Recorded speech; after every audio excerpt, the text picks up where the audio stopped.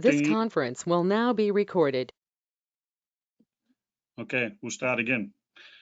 We'll open the regular meeting for Tuesday, July the 14th. Could I have a roll call, please?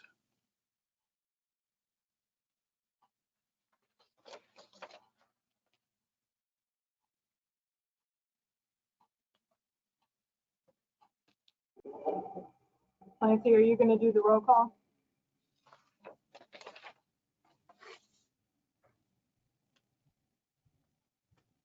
Robert Strickland. All right, I don't know where Clancy is. Okay, so Bruce Francis, Present. Myrna Patrick. I know she's here. Robert Strickland, Here. Christopher Farrar, Present. Nadia Gardner. Who's here? Yes. John Orr, who's also here, and Lum You Kwong. muted it. Gail, you muted us all, so if you're gonna do that, you have to like let everybody know so they can unmute themselves to do this. So, I did let everybody know. okay. I made It was hard statement. for me to unmute, so I'm present. Okay. Okay. So, and Lum Kwong.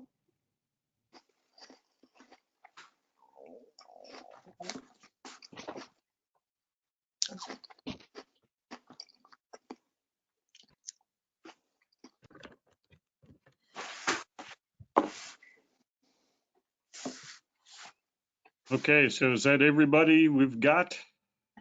That's everybody. And then there are Okay. some other callers on the line and participants. Okay.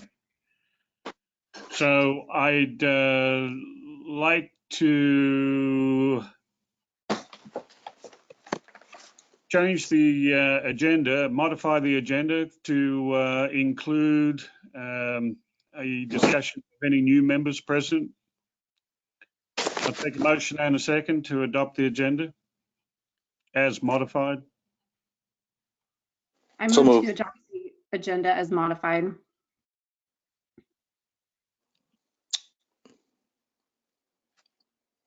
Need a second? Second. Be moved and seconded to approve the agenda as modified. So Gail, can you give us an update on elections and who's here and who's now on the commission? Did we vote on that motion? No, I'm sorry. All those in favor?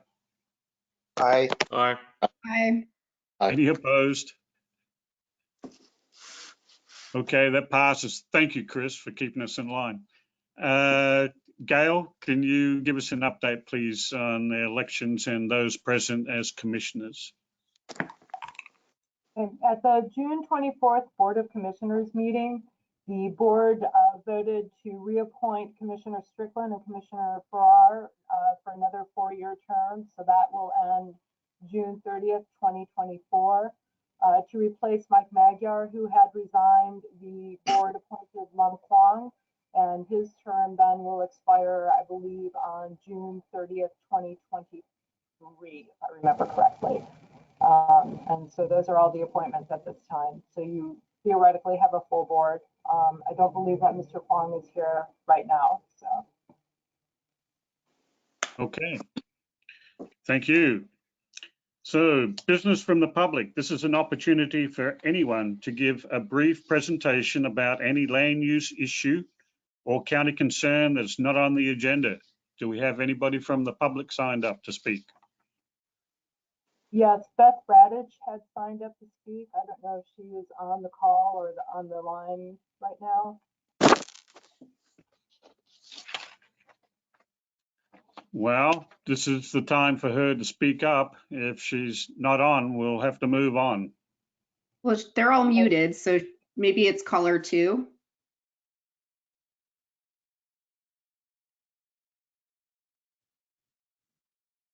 Hi, it's Beth. Can you hear me? Yes. I can.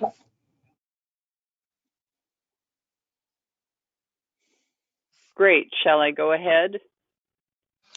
Yes, make your presentation. Thank you. Yes, thank you for the opportunity.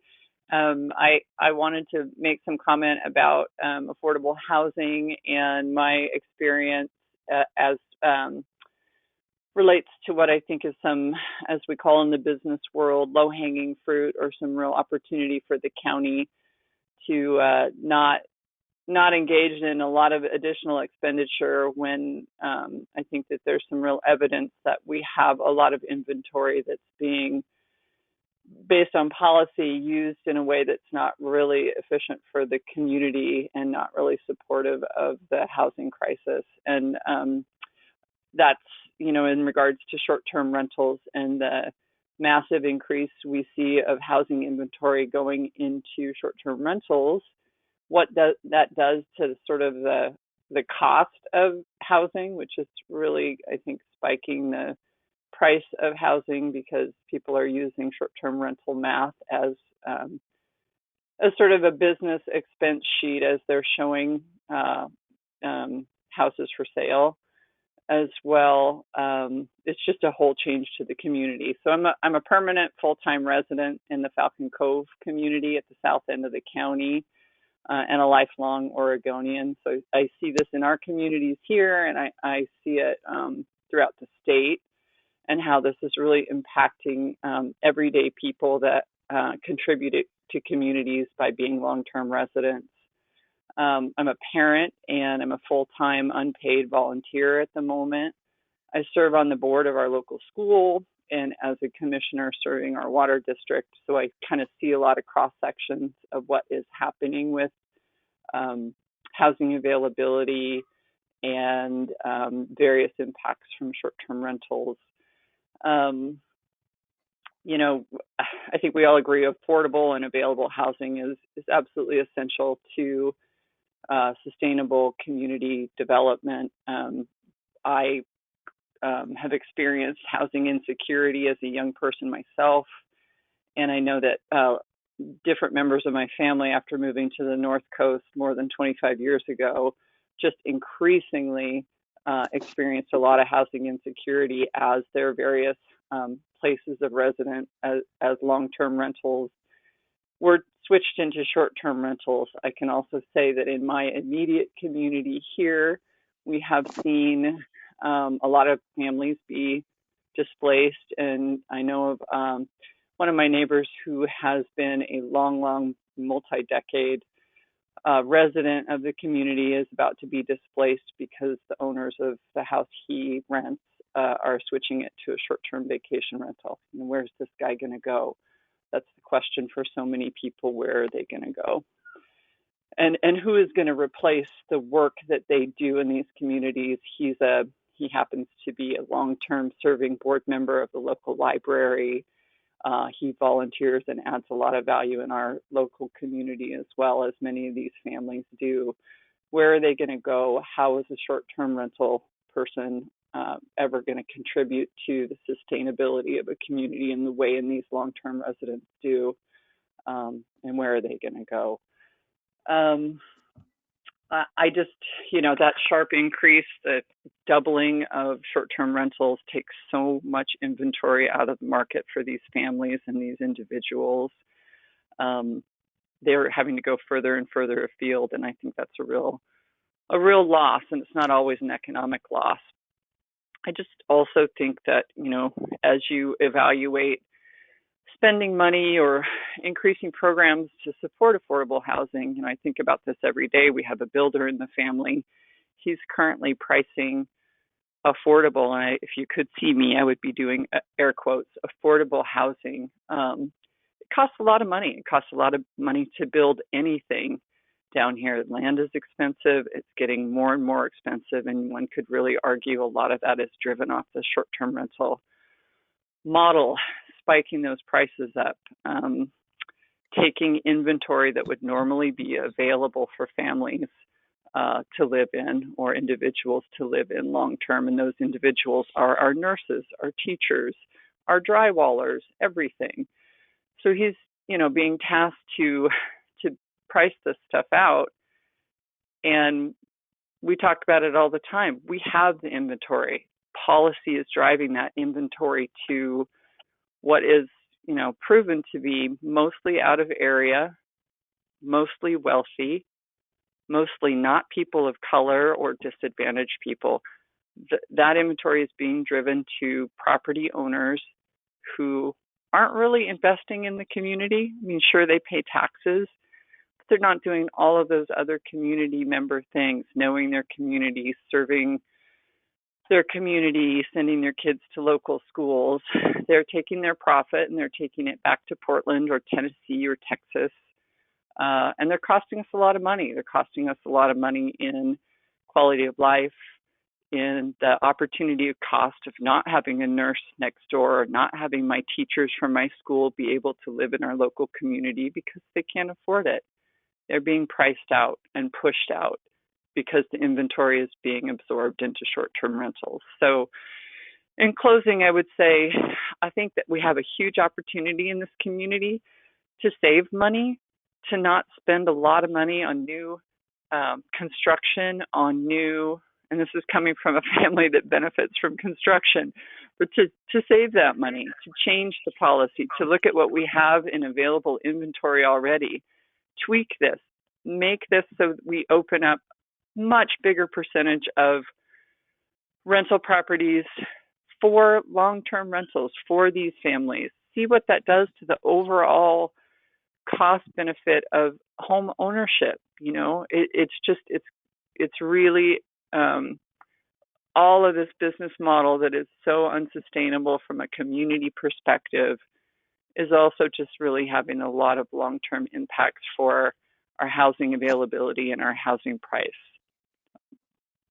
Well, I thank you for your comments, and I take it that you are aware that we're discussing affordable housing at the end of this meeting.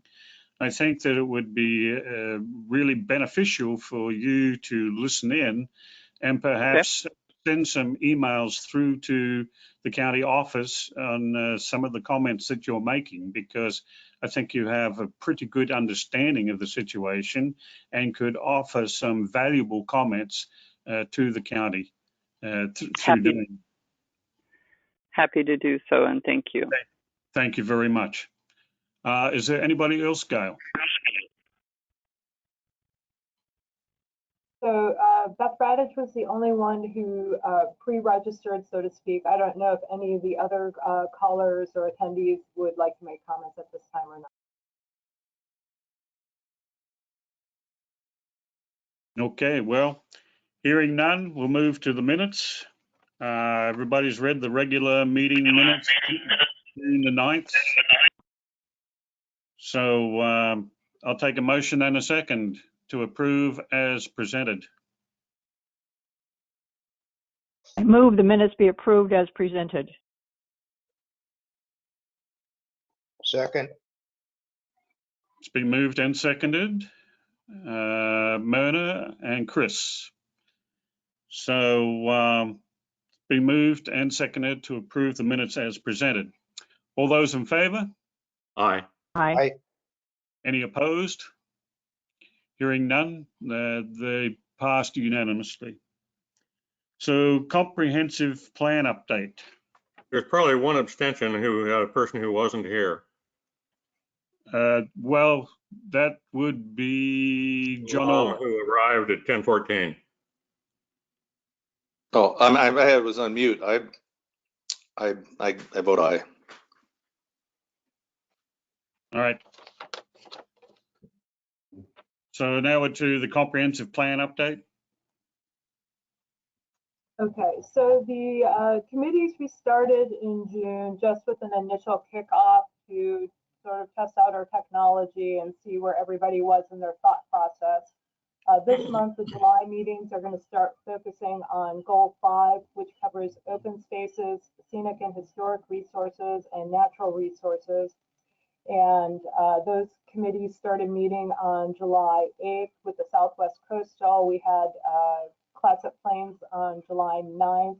Tonight, we're going to be doing the Northeast Citizen Advisory Committee. Thursday, we've got the countywide Citizen Advisory Committee.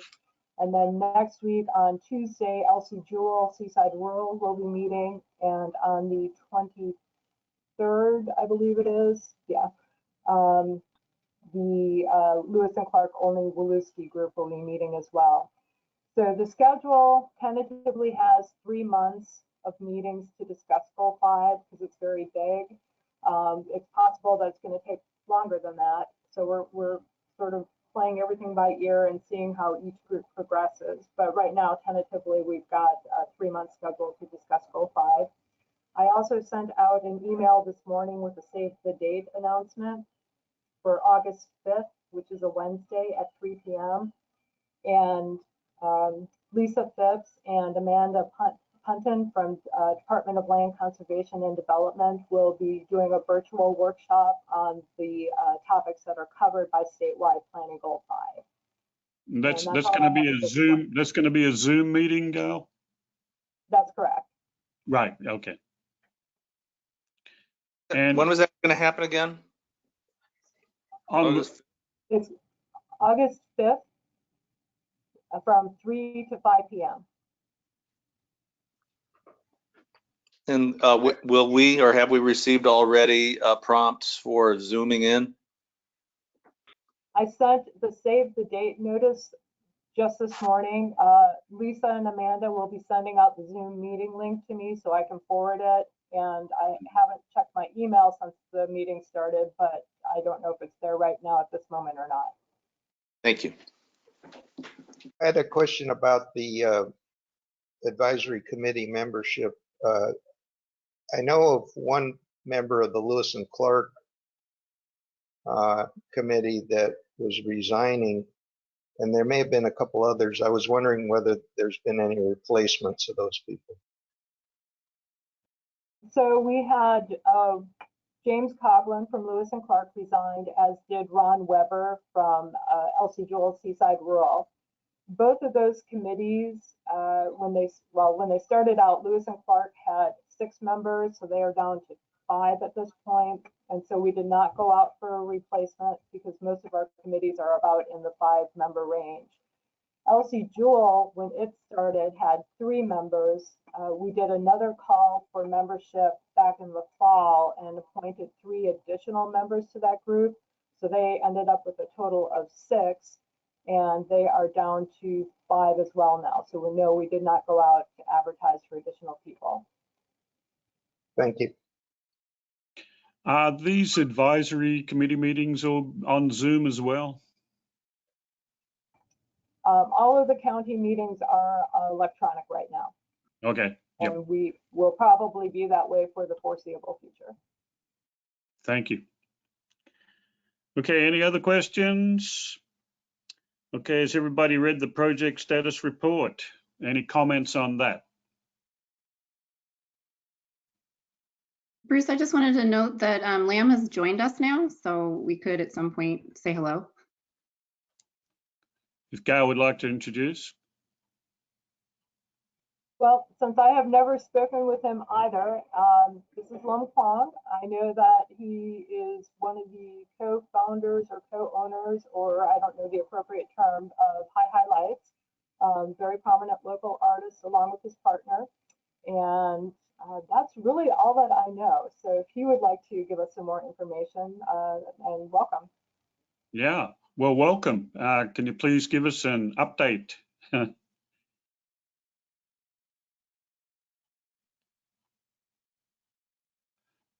You're muted, Lam. We need to unmute him.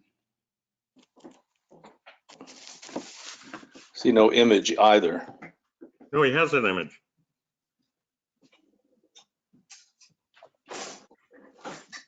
I can't see it. Okay. All right. Can you hear me now? Okay. Yeah. Good. Little technological challenge here. My name is Lum Kwong. I have my wife and I have moved here about 7.5 years. We were in Portland and had a lamp lighting workshop. Worked in Northeast Alberta in Portland for about 20 years prior to moving out here. We came out and absolutely fell in love with Astoria. And we've lucked into this property out here on Lewis and Clark, and have started the we have a large barns. We have been having events and brought a lot of communities out to our barn and property.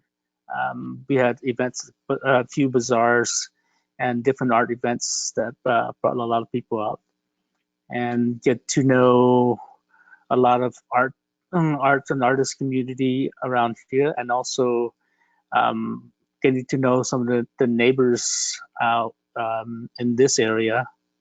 I must say, this has been a wonderful experience. We love this area. So this is an amazing opportunity, an honor to be able to join our commissions, to be able to serve this this community.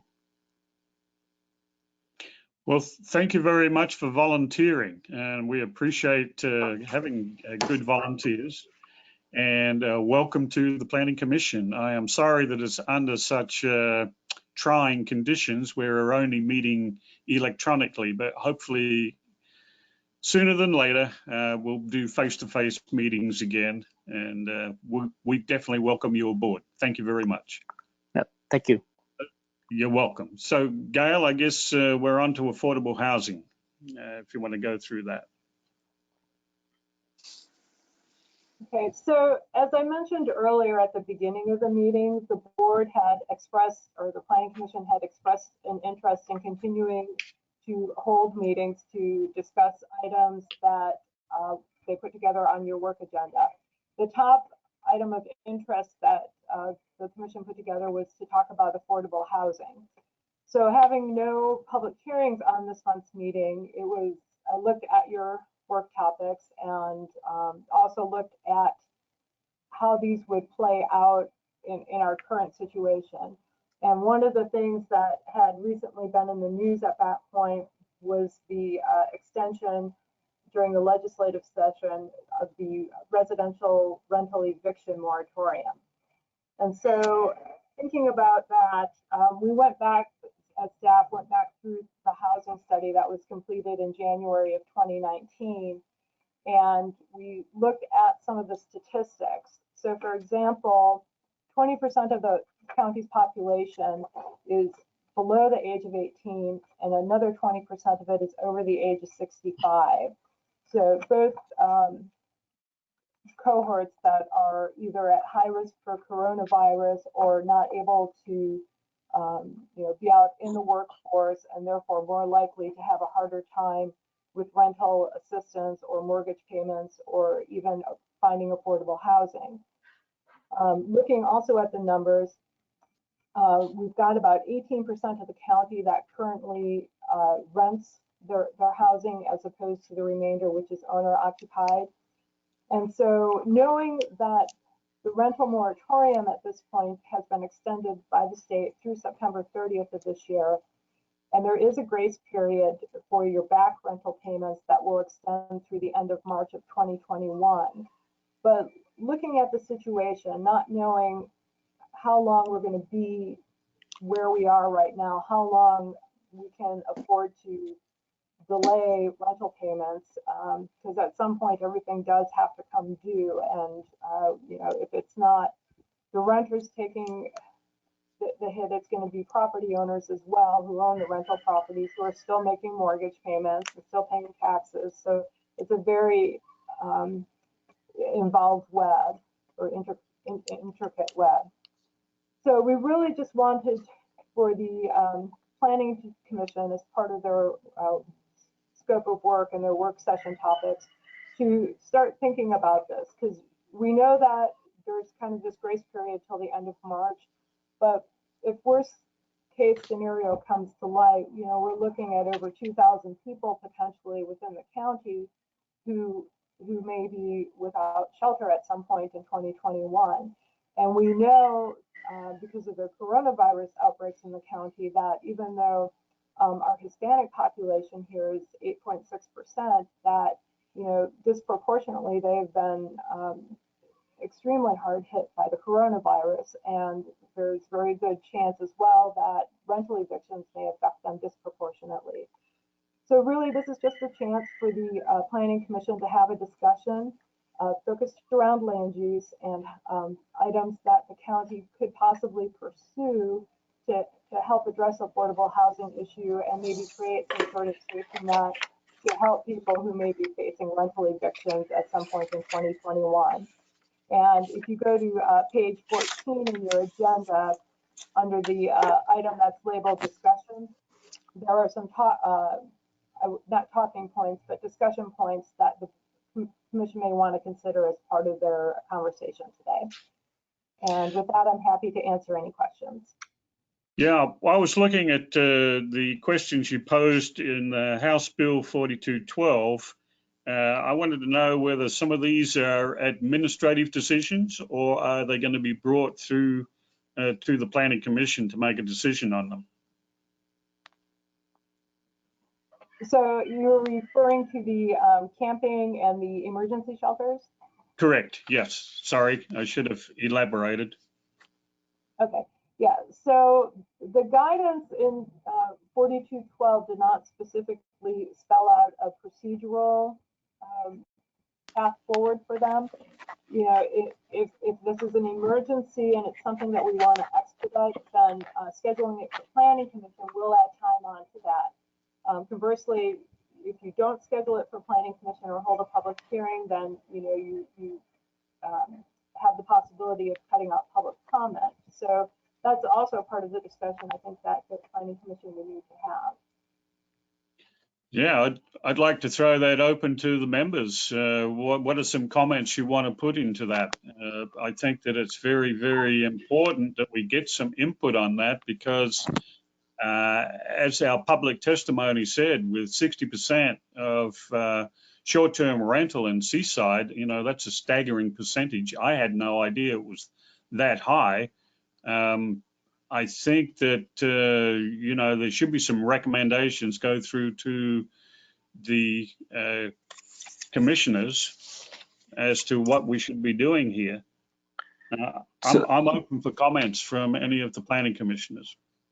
So do we know if there are any potential options that are proposed?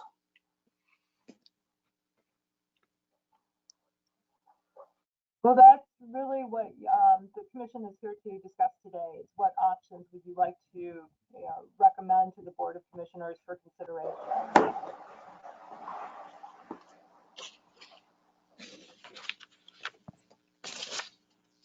I think this is an area where more input from various sources will be helpful. It's, when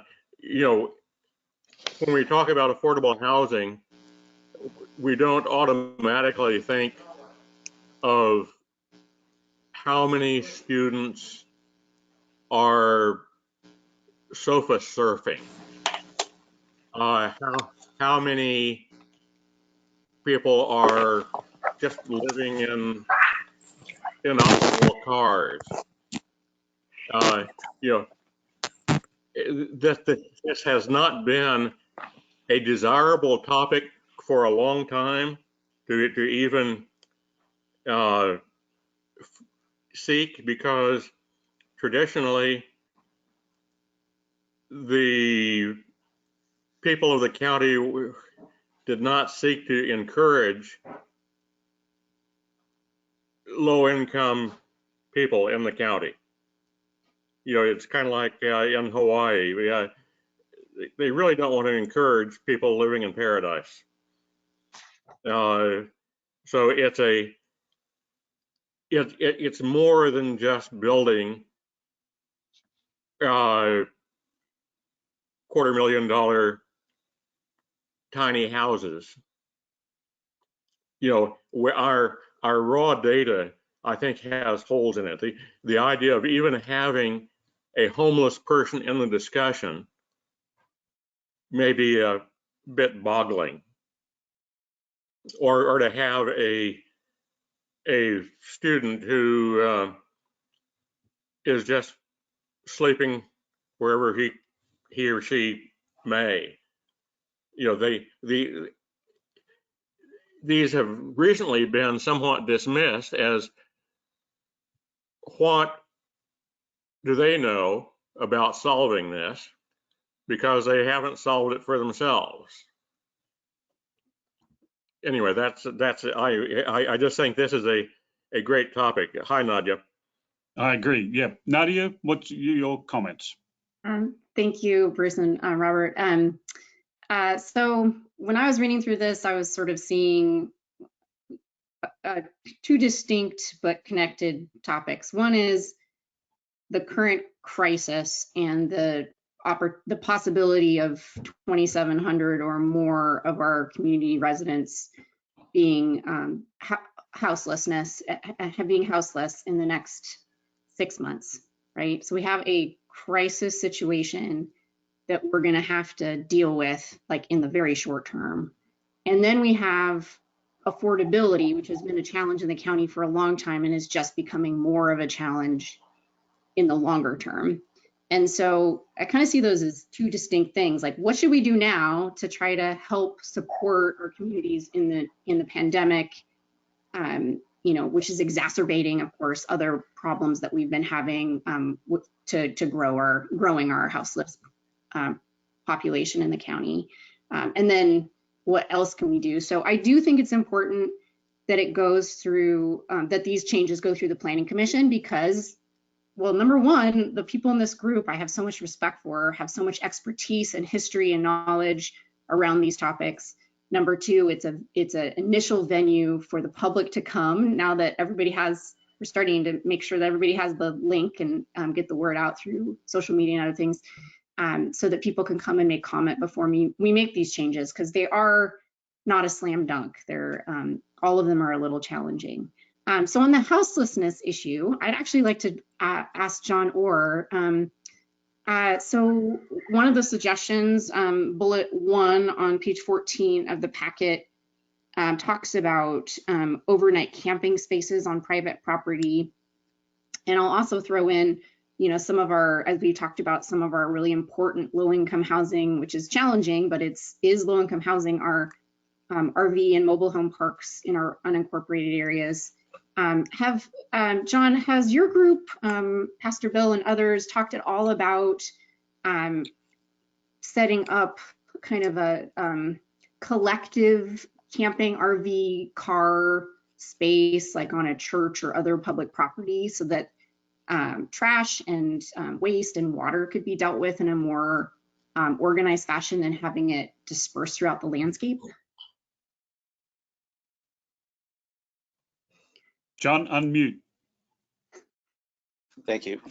Not really. Our focus has been acquiring a building, or maybe in the future several buildings, along the more conventional lines of low-income housing and subsidized housing. But I could bring that up with the board at our next meeting.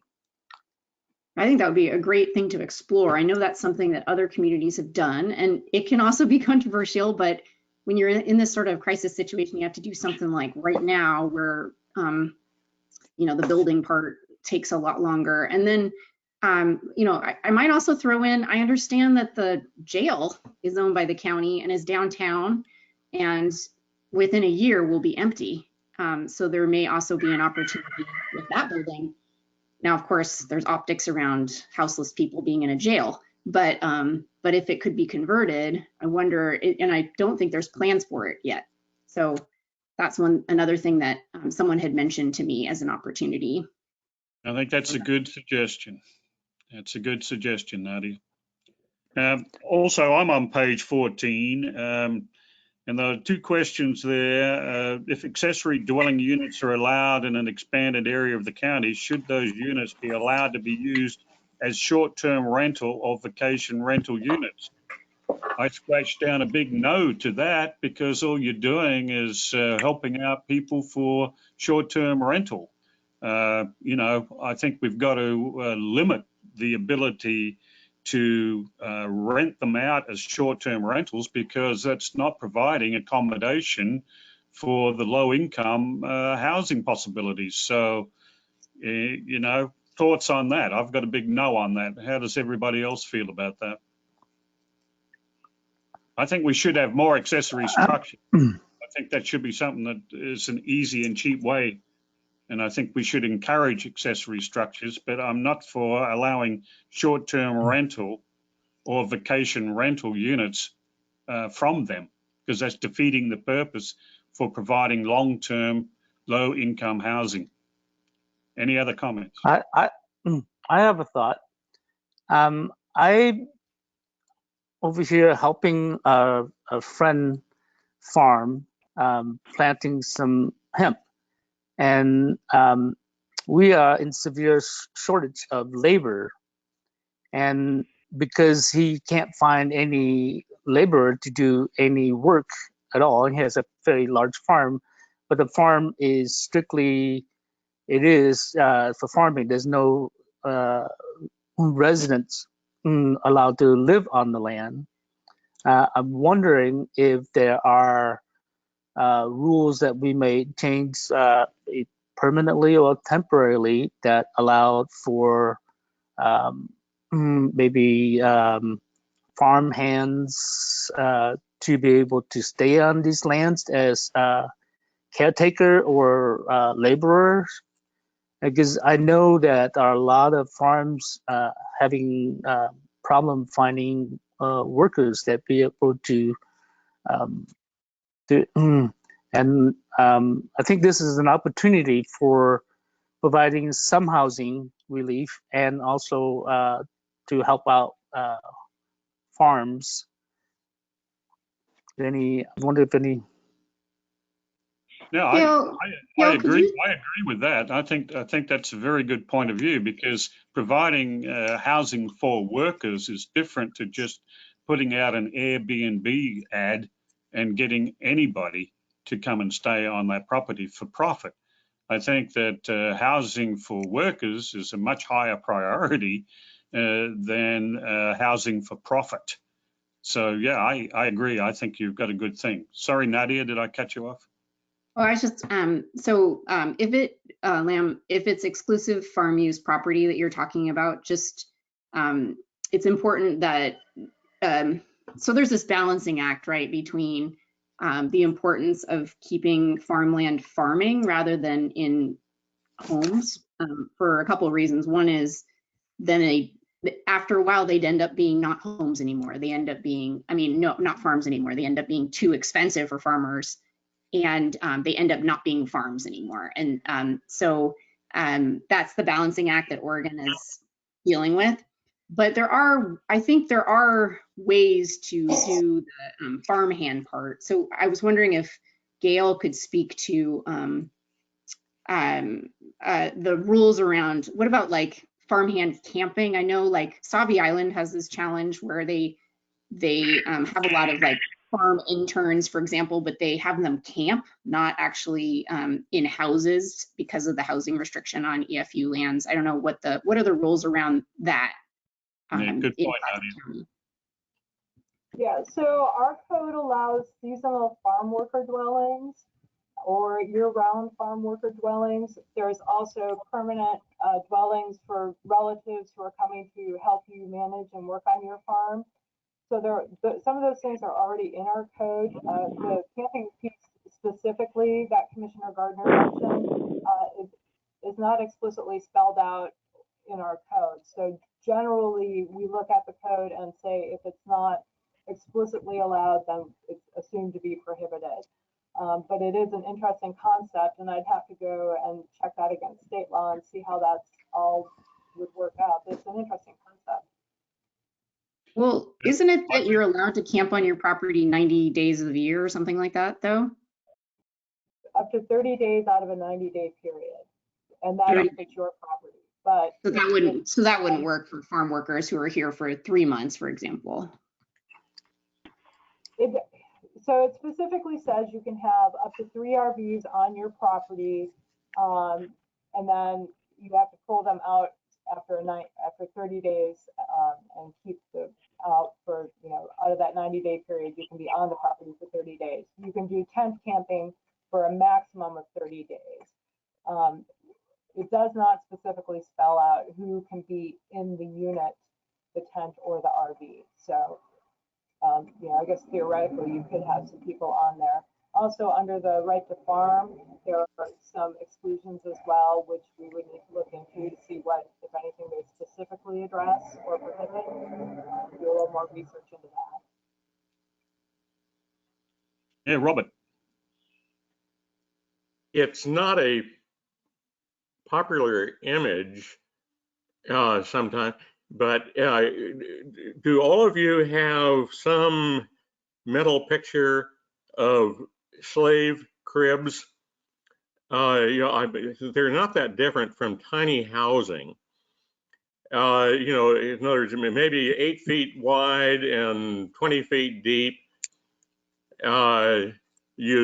They typically were torn down all across the South, but I'm thinking that there is an interest with young people about housing that it doesn't really fit the model that builders of so-called tiny housing, who are trying to compete with the Bend market and are talking about $250,000 dwellings, have in mind, and what may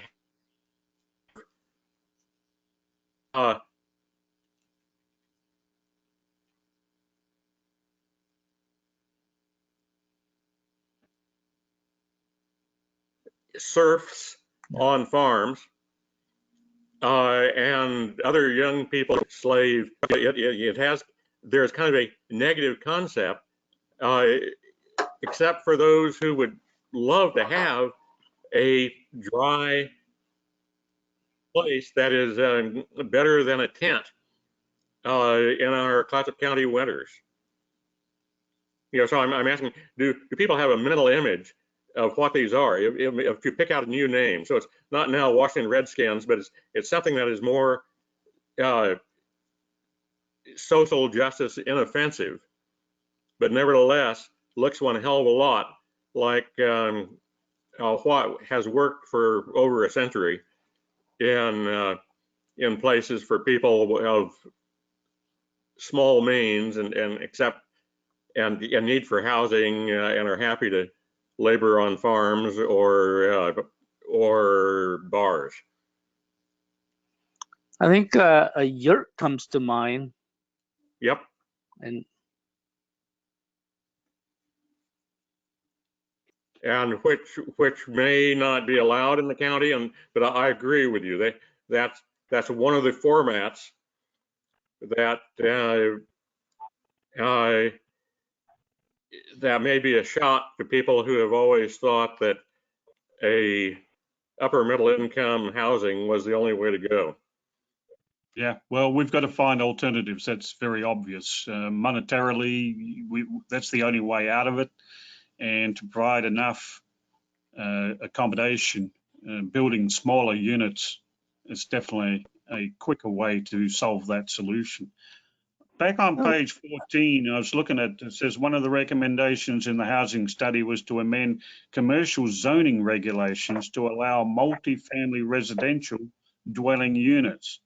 Is this something that the Planning Commission would recommend to the board with consideration? I put a big yes next to that. What's the comments from the board? Does it solve the problem, or does it just enrich the landowners? Yeah, I think each of our communities. Sorry, go ahead. You know, you go ahead. Go ahead. So when I looked at these, I was like, each one of these is its own monster, and I don't think we can. I don't think we can make that recommendation without really looking at it, you know. And so, if we're going to say anything, we should say we would like to look at this in the next year. The more complicated, more long-term issues, but like with the information we have today, I think it's inappropriate to make yes or no votes on whether we want it or not. That's fair enough, but I'm just saying that's my opinion as the information I have right now. And I agree with you. More information is going to make it easier to make a good decision. But I'm just saying that I think that's something that we should explore and look at and consider, Because personally, at this point in my life, I think it's a good idea to encourage multifamily in those areas. It's a commercial area, and I think commercial would receive multifamily much better than putting it into residential areas. But that's just my opinion. So Archkeep, like my Agree with you. Right, yeah, exactly. You don't want it in Archgate, yeah. In Archkeep, we only actually like have 6 lots or something that are actually commercially zoned. And they're we only have the deli in terms of commercial. And so if you put housing there instead of commercial, then we would never have any commercial, which might be okay, but it's like, you know, what you want is a combination, you know, I think what I want is a combination where you have commercial on the bottom and housing on the top kind of thing. But again, not without a limitation on short-term rentals, you know, and so it's just a complicated thing. I think each community has their own situation. And you'd have to look at, so I wouldn't, you know, you'd say, okay, this commercial area, that looks like it's a fit, but this commercial, maybe not. And I'd say that about all the multifamily housing stuff that is on page 14 and 15. Right. So what's the recommendation to Gail at this point? I'd like to be heard actually on this, if I may. Absolutely. Yes. You know, I studied planning as an undergraduate, and I've kept my fingers on it through the years. And the intersection between transportation, zoning regulations, and now housing, energy efficiency argues, in my opinion, for maybe blurring a little bit the prohibition on housing in commercial zones. It can be done. It can be done with, you know, proper design and aesthetic guidelines, you know, application of common sense.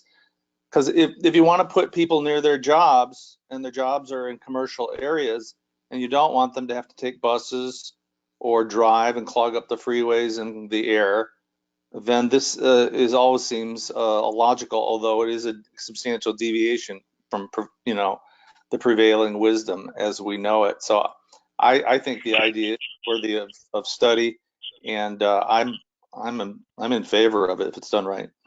Yep, I agree with you too, John. Chris, you're on. I agree also. I think that there's no reason not to put residential options in commercial zones. The need right now is not for commercial space, it's for housing. And so if we put housing in those commercial spaces and then 10 years from now we say, gee, we don't have any commercial space, any lots available, we can deal with that at that time. We can expand the commercial zone to include more property to allow commercial development at that time. But the immediate need is for housing. The other thing I'll note on this is that if you looked at some of the graphs in the housing report, the big document that was one of the links we had here, it's very interesting to see that it seems like every morning there must be a big card shuffle of people moving from their home to their place of work and then back to their home. And so most people in Warrington have jobs outside of Warrington. Most people in Astoria have jobs outside of Astoria. Most people in Seaside have jobs out of Seaside. So I picture them all going back and forth. Why don't they just move to the town they live in? And so the more we can do, as to what John was saying a minute ago, to put people's homes near the jobs handles a bunch of issues right away. It handles traffic issues and transportation issues and helps resolve some of that stuff. And it puts them closer to having their whole family unit in one place, one setting, with schools there, jobs there, and homes there. That's what we should try to work toward, in my opinion. Yeah, I agree. Robert. I support Nadia's concept of the upstairs, downstairs sort of housing. I admonish that we not muck up commercial spaces by inserting housing, where you wind up with an unplanned, unworkable commercial area. This is coming from old shopping center training from long ago, that you and even downtown Astoria, that you try and have a flow in the commercial area, not a spot of commercial, a gap, a spot of commercial, a gap, that it doesn't work. So let's not foul our nest on commercial, but we can also, like at one point, and I'm not saying this is a good idea, but it's a good thing to think about. Down at Sunset Beach, they were envisioning a little hamlet. This is part of rural problem solving, where DLCD allowed us to think outside the box, where at that crossroads, yes, you'd have a little commercial node to serve Surf Pines, Sunset Beach. It doesn't deal with the traffic issues, but that little concept of having little hamlets, little nodes that do make sense, where there is some housing, but it doesn't muck up the commercial opportunities. Okay. So any other comments? Gail, would you like to comment on what do you want us to do? It appears that we're recommending that we need to get more information and perhaps further discussion at one of our next meetings. Commissioner Gardner actually has her hand raised. Sorry? Well, so I was just thinking, sorry, go ahead. Do you want to talk, Gail? I think we can actually make some recommendations now. I just think that the more complicated affordable housing ones. So here's what my pitch is. Number one, I think we should recommend that the county undertake a affordable housing crisis campaign, that you start talking to the community about the crisis that we're in, because it was eye-opening to me to see those numbers and the amount of people that are going to be houseless in the next few months, and that you start sharing with the community what opportunities they already have to open their properties and homes to people who might need it a lot right now. And maybe some people are still not feeling comfortable, and this happened during the short-term rental moratorium, that people didn't, they converted their short-term rentals into long-term rentals, and some of them continued because they don't feel comfortable having people coming from all over the place infecting them and their communities. And so saying that, you have a room available, you have a duplex, you have an accessory dwelling unit or a tiny house, you have a camping spot, today is when we need you most. So consider renting those things you already have, to somebody who needs a place. We can also share with the community more aggressively that we have the opportunity for people to build accessory dwelling units. And I think a lot of times people talk about accessory dwelling units in terms of external buildings. Those external buildings usually cost significantly more than if you have them internal. So if you have them connected to your building, if you have a basement or even an attached garage or the back of your house, you can have like linked utilities where once you put it in your backyard, it ends up being significantly more expensive. So what is an ADU?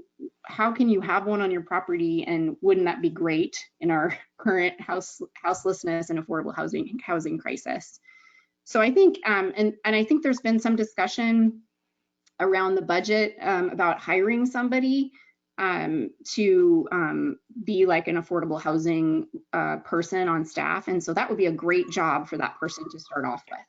is, how do we share with the community the problems we're having and how they can be part of the solution with the current scenario.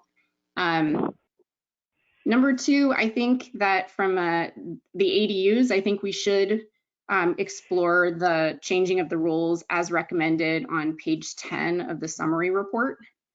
So there's a list there of recommendations that they made to make it more feasible for more people to have ADUs on their property. We can also look at exploring incentives for those so that either they get their system development charges or their permit fees waived or reduced if they pledge to have those units be long-term rentals for, say, 10 years. I know Portland and Seattle and other municipalities have done that, and it's been very successful.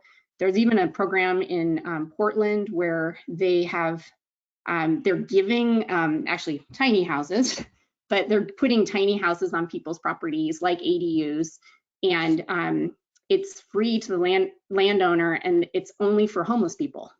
And there's a link between homelessness agencies and the homeowners, and they have a whole process around that, and it's been hugely successful. In fact, I think they have 1,000 of them now in Portland. 5 years too. They have to keep it in that use for 5 years, what I read. That's right, yeah. So those are some, like, I think some things. So there's like the immediate thing, the campaign, and then the ADU thing. And then I also think the other immediate thing we can recommend is the limitation on short-term rentals in the county. I know the majority of short-term rentals are in Arch Cape and Falcon Cove Beach. And I think that we should limit them to the current number. So everybody who has one now has one, and that as moving forward, that as people let go of them, say they sell the property, it's no longer automatic that it's renewed, but those permits end up being a lottery system, and that's what they do in Cannon Beach. You disconnect the permit from the property, and so then every year you have a lottery. So if there's ones available, then you do a lottery on who's interested. And so by capping it now, then you have, like, everybody's kind of grandfathered in, but you don't increase the number of permits over time. That you and then so that it's two solutions really. One is they don't grow, but the second is it reduces the possibility that people are buying houses just for this purpose, which is what's happening now. We have people building and buying 4-bedroom plus houses for 12 to 14 people to stay, renting them out for $600 a night in the summertime. So there's just like no opportunity for those to be housing, and they're really, as Beth had mentioned, driving up the prices of construction. So I think we could do that now. We had talked about this previously. I think enforcement is also an issue that we could, it plays in because we have a lot of illegal rentals as well as legal rentals right now. And so one of the solutions that I saw, I think in a Berkeley document, is to make sure that the permit numbers are on every advertisement. So if it's on Airbnb, the permit number is on there so that you know automatically the county doesn't have to search around to see whether they're a legal or illegal rental. And that and to address Bruce's concern from a previous meeting, that as part of the permit process, you're required, if you're an HOA, to provide proof that it is legal to have a vacation rental in your association. I thought that was something that would reduce the amount of illegal rentals in areas that do not permit them. So yeah, that's my pitch on those things. And I'm hopeful that, I think the camping thing, I would not recommend that currently, because I just think dispersed camping throughout the landscape is difficult. And I would hope that the cities would explore that in conjunction with social service agencies and churches and other organizations, that those could be a more centralized and supported environment rather than out in the unincorporated areas. Robert. I am squawking regarding the temporary, be it 5-year, 10-year, 20-year limits on these. I understand that that is a way to draw in investors who look beyond that. You know, next to Cannon Beach City Hall, they did it for 20 years to have affordable housing, and then it goes to market rate. Well, 20 years is really a short fuse. 5 and 10 years is, I will say, a ridiculously short fuse. It doesn't, yes, it gets something built, but it's a firecracker.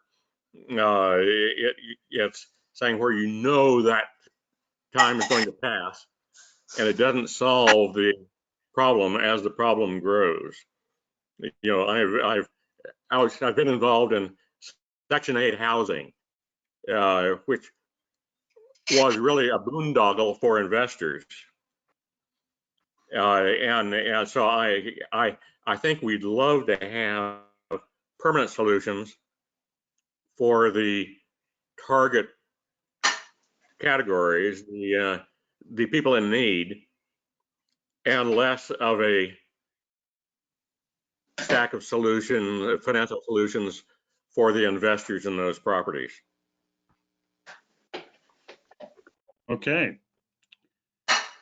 So, Gail, is there anything else that you wish to discuss about this?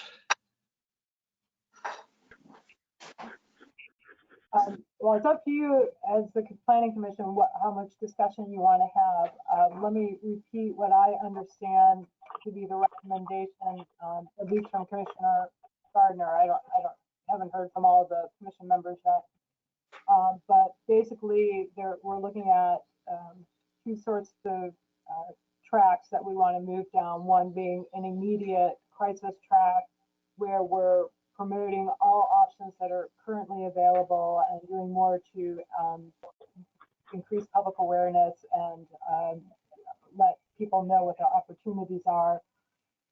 Also, to consider exploring hiring an affordable housing person within the county. And then, as I understand it, the second track would consist of exploring more long-term rule changes, especially related to ADUs, looking at incentives to promote ADU construction, looking at a cap or limit on STRs that would cap them at the current level where they exist today, and then moving to a lottery style system. And then looking at enforcement, especially as we look at potentially illegal short-term rentals. Did I capture everything, Commissioner? Yeah, I think you summed it up. Are you going to make these recommendations at the next commission meeting?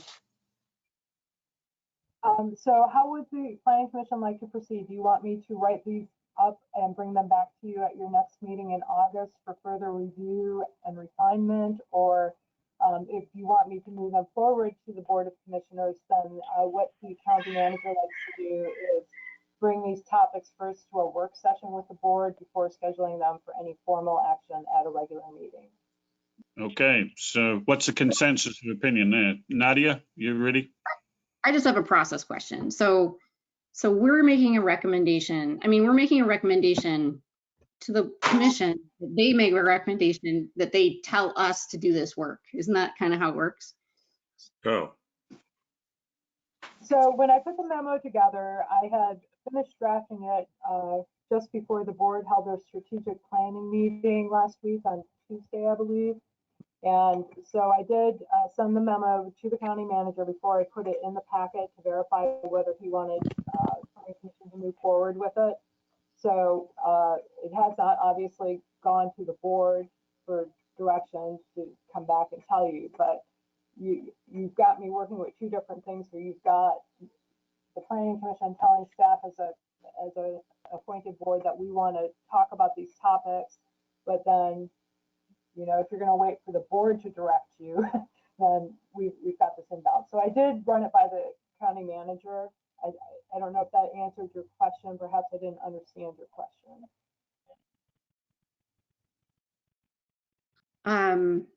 So you had asked in your memo if we should recommend these strategies to the board to consider, but really all these strategies are planning commission, like, you know, so like we would look at the ordinances and say, we would look at the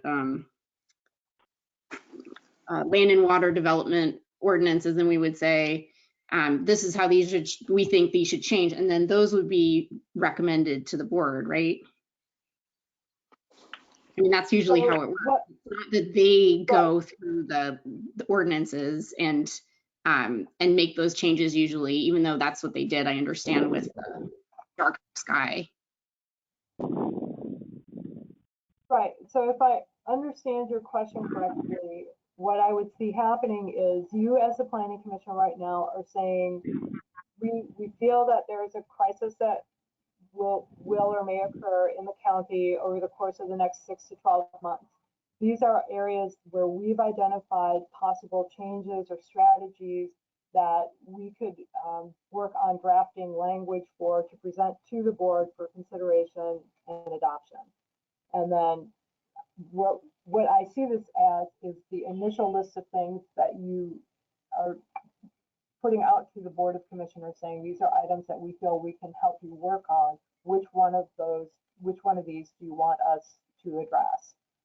Does that make sense?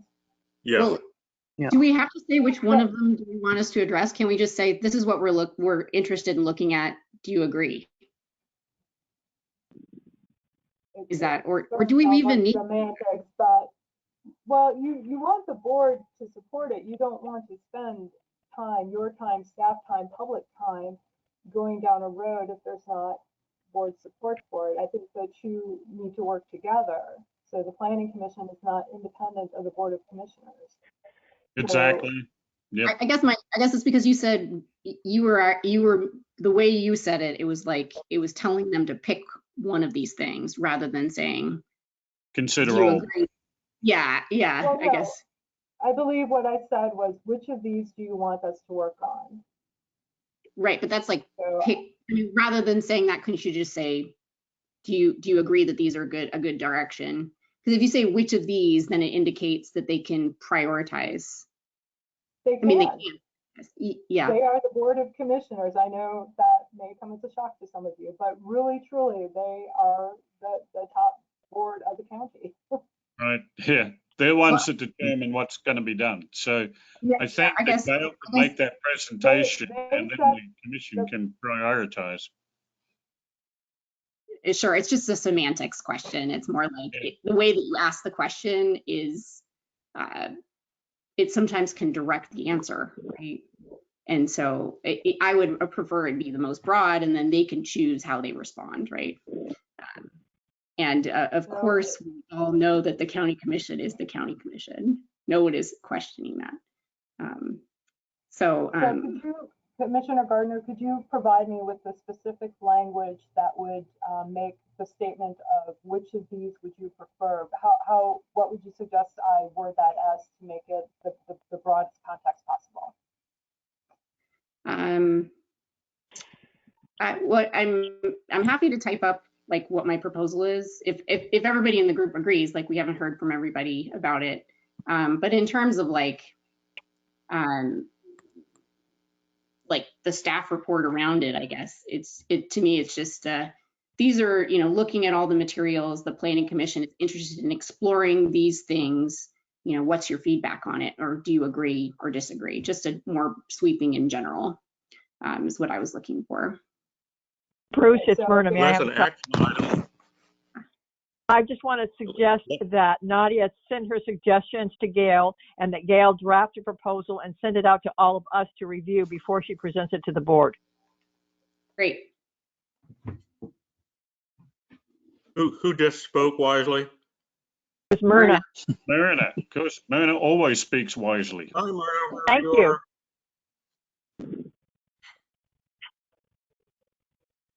So I'm hearing this as it'd be lovely if the county commission at a workshop, not under the pressure of a regular meeting, had a glimpse of these topics that we consider relate to a crisis that really wasn't solved by a $69,000 study of affordable housing.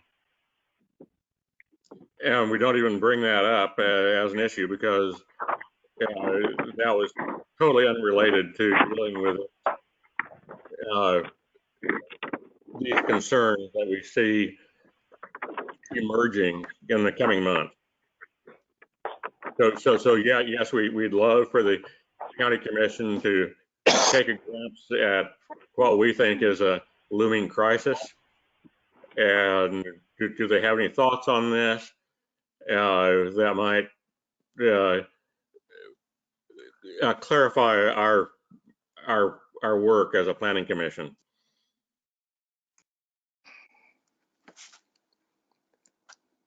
Okay, well, Gail, I guess if you could formulate something to us and we can make a consideration, what, at our August meeting? Yes, at the August meeting. Okay, that sounds good. I want to be perfectly clear on what is being charged for Gail to do. Was this going to be something along the lines of a bullet point of possible areas to or directions to go in terms of solution to housing, i.e. exceptions to the the EFUs, housing clusters, commercial and residential mixtures, and ways to reconcile existing statutory mandates by calling them emergency or temporary? I'm just not clear. From my perspective, it would be, these are some things that we start with, the list that I proposed, and that the other stuff be the next phase. And we look at them one by one. So the commercial zone, the multifamily, the cottage clusters, that those be, because those are going to be longer term solutions. So I'm looking for shorter term solutions. And we just can't do all of these at once, I don't think. I have a question real quick. Since the crisis is looming pretty quickly within this is 6 months, and waiting a month before we come up with a recommendation for the commissioner, it seems kind of lengthy before it seems like we need to get to look at this fairly quickly. I concur.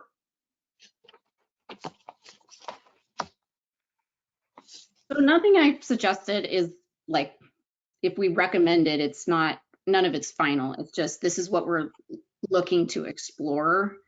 So if people, does anyone disagree with anything that I said? I mean, I guess disagree with exploring the topics that I brought up? I don't disagree with any of the topics. That's, I think, they're all valid.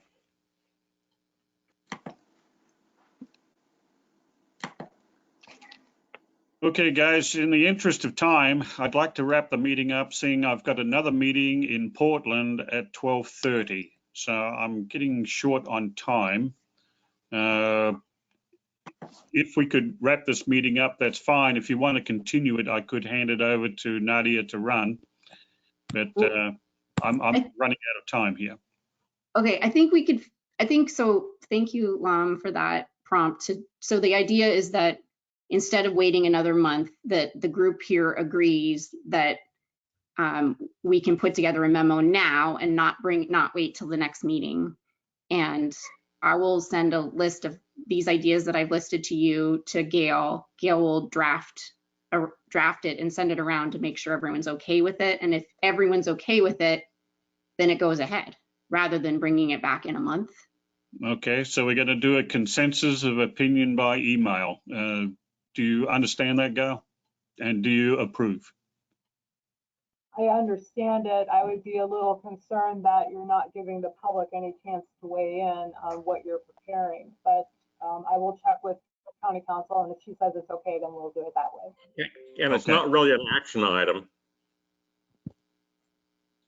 I think at this meeting, everyone just should agree that these concepts are good. And then we've made the decision in the public's eye. And then Right. it's a memo Then we can that bring up the public comment. Yeah. Right. Is Beth still here? I am, thank you. Can you guys hear me? Yes. First, I just really, I know you guys are want to wrap this up. You guys are all doing such a great job, and I'm thankful and appreciative as a broader community member that you guys are being so thoughtful and considerate and plain spoken in the work you're doing. It's all really important work, and you're doing a great job. Thank you. Public comment. Everything I'm hearing sounds like you guys are trying to solve these problems, and also subtext that you already have great code. You already have really Gail's team and folks that have come before her, and you all in your involvement have over the years formed great code to do what you're already doing. Enforcing that code, single family dwellings where there are single family dwellings, more commercial use, more density where it is coded to do that. For example, we have people coming from out of our district asking us for water connections, and we say, we can't give that to you until we already fulfill the density that we have within the district and give those connections to the folks who are already in the district. We have density coding and zoning. Let's encourage it where that exists. It's not maxed out yet. So what I would say is, don't reinvent the wheel, enforce the code and encourage the code and create policy to encourage that code. I would also say in the interest, and that's expedient. I would also say in the interest of expediency in dealing with the crisis, I agree with long-term looking at bringing more of this short-term rental housing availability into families and long-term residents. I don't think we can get there by capping it at what's existing. 30% and higher is too much for a community. We need to do something now to bring that inventory back into the community. And if it's because we have a public health crisis and we have a housing crisis, so be it. Let that be the reason. But waiting for that to turn over or capping it now, that's not going to solve the immediate crisis. We need to actually enforce the code that we have now, that those are single family dwellings. So that's what I would say. Don't reinvent the wheel, enforce the great, amazing code that we already have, and look for policies to encourage that, because you already have a lot of really good zoning and usage on the books. Thank you. Thank you. So Gail, is there anything else? Nothing from me, thank you. Okay, if you can send me a copy of the minutes, I'll scan them back to you signed. I can do that tomorrow. Okay, thank you, everybody. Meeting's adjourned. Appreciate everybody's participation. Thank you. Thank you. Bye.